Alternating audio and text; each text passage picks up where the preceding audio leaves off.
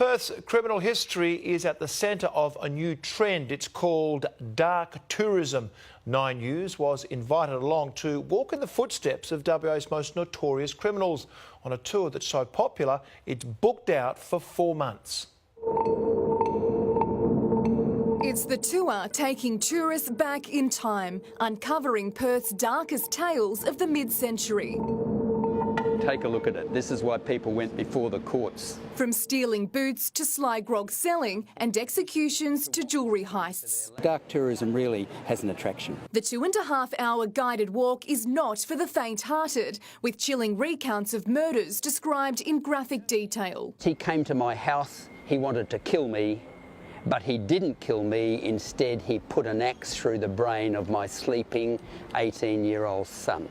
Are you a bit of a true crime fan? Yeah, I am. Yeah, I love the podcast and everything. So this is actually walking the roads and seeing where it happened. A bit surprised about the brutality of it all, but, you know, I guess that comes with the nature of the tour, I guess. On average, more than 90% of participants on the crime tours are women, and history shows so too are many of Perth's most infamous killers. Would you believe there is a woman who actually painted the throats of her stepchildren with hydrochloric acid? Her name was Martha Rendell, and she was the last woman to be hanged in Western Australia in 1909. People like gore, they like taboo, it arouses all sorts of chemicals in the brain, so people find it really exciting. As for why this crime tour attracts so many women, that too can be explained. Women tend to feel scared of crime, and by studying it, by participating in it, by seeing it, it allows them to get a sense of control.